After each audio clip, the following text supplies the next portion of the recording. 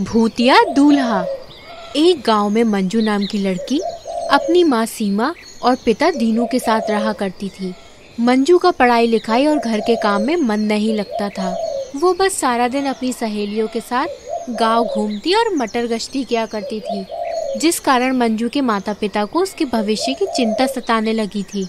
अरे सुनिए जी, मुझे तो मंजू की चिंता खाए जा रही है। वो कॉलेज जाना छोड़कर बस सारा दिन अपनी सहेलियों के साथ गांव में मटर गश्ती करती रहती है। मेरी बात तो वो सुनती ही नहीं है। अब आप भी उसे समझाइए कि वो पढ़ाई लिखाई पर ध्यान दे और घर के कामकाज में मेरा हाथ बटाए। अरे सीमा, तुम फिक्र क्यों करती हो? मंजू बेटी अब बड़ी हो चुकी है, अब वो शादी के लायक हो गई है। मैं तो कहता हूँ कि पढ़ाई लिखाई छोड़कर हमें उसकी शादी करवा देनी चाहिए। मैंने तो लड़का भी देख लिया है, उसका नाम है कल्लू। वो इसी गांव में रहता है और अच्छी नौकरी करता है। दिखने में तो वो सुंदर नहीं है, लेकिन वो बहुत ही शरीफ लड़का है। मेरी नज़र में उससे अच्छा लड़का मंजू के लिए और कोई हो भी नहीं सकता। तुम क्या कहती हो? बोल तो आप ठीक रहे हैं जी, लेकिन क्या मंजू शादी के लिए मानेगी? क्योंकि उसने तो पहले से ही सोच रखा है कि उसका होने वाला पति स्मार्ट होने के साथ बहुत पैसा वाला भी होना चाहिए। क्या आपको लगता है कि वो शादी के लिए मानेगी? अरे एक बार दोनों को मिलने तो दो, फिर देखना मंजू शादी के लिए तुरंत राजी हो जाएगी। मैं ऐसा करता हूँ, कल ही कल्लू को खाने पर बुला लेता हूँ। इसी बहाने दोनों की मुलाकात भी हो जाएगी और दोनों एक दूसरे को पसंद भी कर लेंगे। ठीक है जी, मैं मंजू को समझाने की कोशिश करती हूँ। फिर अगले दिन दीनू कल्लू को खाने पर अपने घर बुला लेता है। साथ ही कुछ गांव वाले भी दीनू के घर आए होते हैं। सभी लोग सोफे पर बैठे होते हैं। तभी मंजू उनके लिए चाय लेकर आती है। कल्लू मंजू की सुंदरता देखकर उस पर मर मिटता है। उससे पहली नजर में ही मंजू से प्यार हो जाता है। लेकिन दूसरी तरफ मंजू जैसे ही कल्लू को देखती है, गुस्से के मारे आग बबूला हो जाती है, क्योंकि कल्लू नाटा और काला कलूटा होता है, जिस कारण वो मंजू को फूटी आंख नहीं भाता। अरे ये पिताजी भी ना पता नहीं कहाँ से इस काले कलूटे बंदर को मेरे गले बांधने ले आए हैं। अरे इससे तो मेरी जूती भी शादी ना करे। लेकिन अब पिताजी को कैसे समझाऊं? अरे मंजू, तुम दोनों एक दूसरे से बात क्यों नहीं कर रहे हो? लगता है ये दोनों हमारे सामने एक दूसरे से बात करने में शर्मा रहे हैं। ठीक है, हम सब लोग बाहर चले जाते हैं, फिर तुम लोग एक दूसरे से मेलजोल बढ़ा लेना। अजी, आप तो बहुत ही सुंदर हैं। हमको आपसे पहली नजर में ही प्यार हो गया। हम आपको दिलो जान से चाहने लगे हैं। क्या आप भी हमसे शादी करने के लिए तैयार हैं?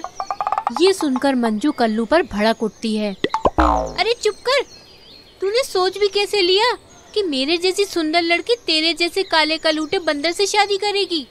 अरे शुक्र मान जो मैंने सबके सामने तेरी बेइज्जती नहीं की। अब तू खुद ही शादी के लिए मना करता है या मैं मना करूं? ठीक है मंजू जी, अगर आपको हमसे शादी नहीं करनी है तो हम यहाँ से चले जाते हैं। लेकिन याद रखना, आपको हमारे जैसा शरीफ लड़का कहीं और नहीं मिलेगा। कल्लू के ऐसे बोलने से मंजू भड़क जाती है और जोर जोर से बोलने लगती है। तभी सब लोग वहाँ आ जाते हैं। अरे जाओ जाओ, मेरी खूबसूरती पर तो कई लड़के मर मिटते हैं। उन्हें छोड़कर मैं तुम जैसे नाटे और काले लड़के से कैसे शादी कर सकती हूँ?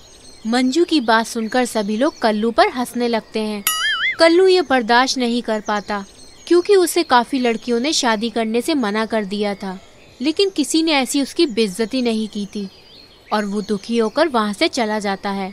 निराश होकर कल्लू गांव के एक कुएं में कूदकर अपनी जान दे देता है।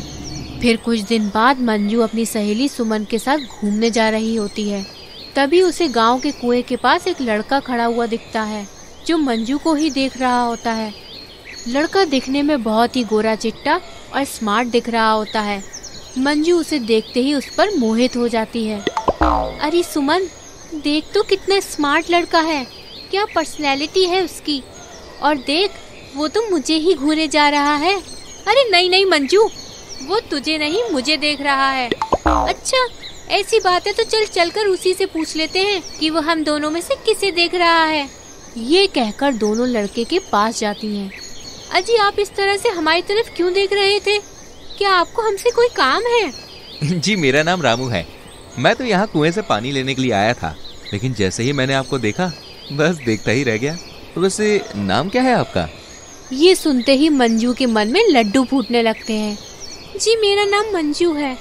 मैं सच कहूँ तो आप भी मुझे बहुत अच्छे लगने लगे हैं।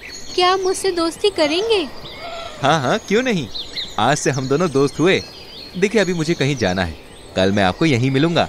आप मुझसे मिलने आएंगी ना? हाँ हाँ, मैं आपसे मिलने जरूर आऊंगी। ये बोलकर मंजू और सीमा वहाँ से चले जाते हैं। फिर ऐसे ही रामू और मंजू हर रोज कुएं के पास मिलने लगते हैं। उनकी दोस्ती प्यार में बदल जाती है। फिर एक दिन मंजू रामू को अपने माता पिता से मिलवाने अपने घर बुलाती है। माँ, पिताजी, ये रामू है। मैं इससे बहुत प्यार करती हूँ और इसी से शादी करूँगी।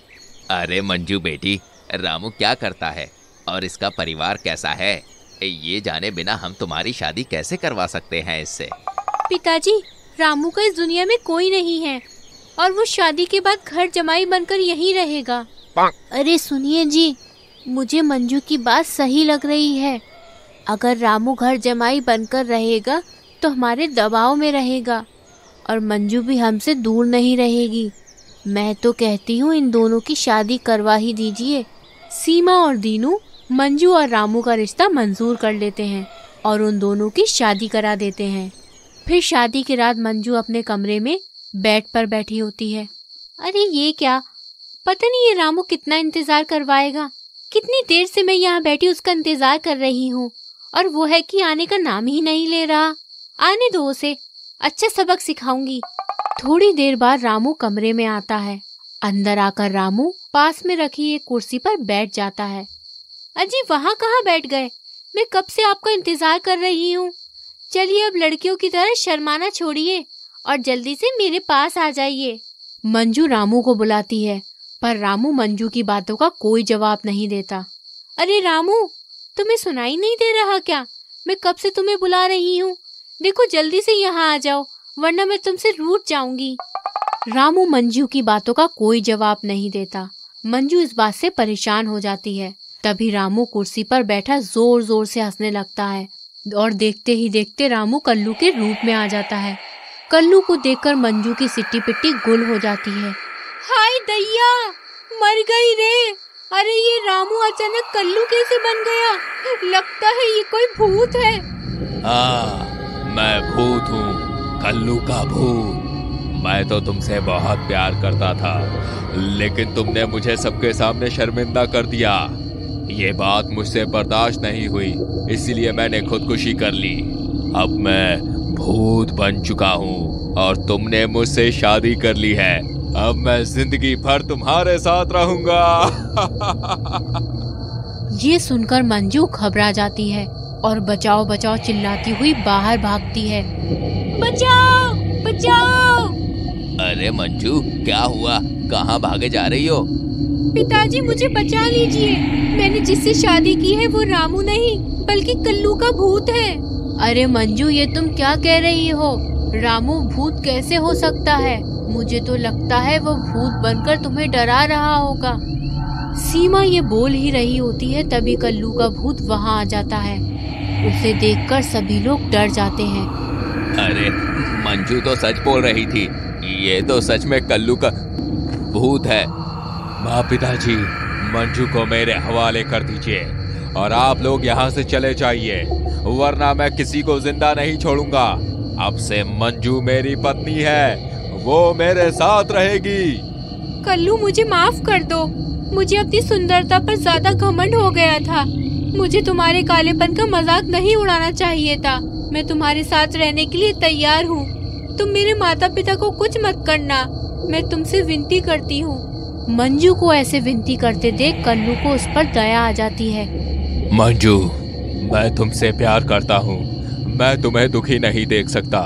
अगर तुम यही चाहती हो कि मैं यहाँ से चला जाऊँ तो तुम कुएं से मेरी लाश निकालकर उसका अंतिम संस्कार कर देना जिससे मुझे मुक्ति मिल जाएगी। ये बोलकर कल्लू का भूत वहाँ से चला जाता है। फिर अगले दिन ही मंजू के पिता कुछ गांव वालों के साथ मिलकर कल्लू की लाश उस कुएं से निकालकर उसका अंतिम संस्कार कर देते हैं जिससे कल्लू को मुक्ति मिल जाती है। कल्लू जाते जाते मंजू को ये सीख दे जाता है कि किसी भी व्यक्ति में उसका रंग रूप नहीं बल्कि उसकी अच्छाई देखनी चाहिए। हाँ, मजा आया ना कहानी देख के? तो जल्दी से हमारी वीडियो को लाइक करो और शेयर करो, और ऐसी और कहानियाँ देखनी है तो चैनल को सब्सक्राइब करो, और हाँ, घंटी को दबा देना। मिलते हैं एक और कहानी के संग, ख्याल रखना।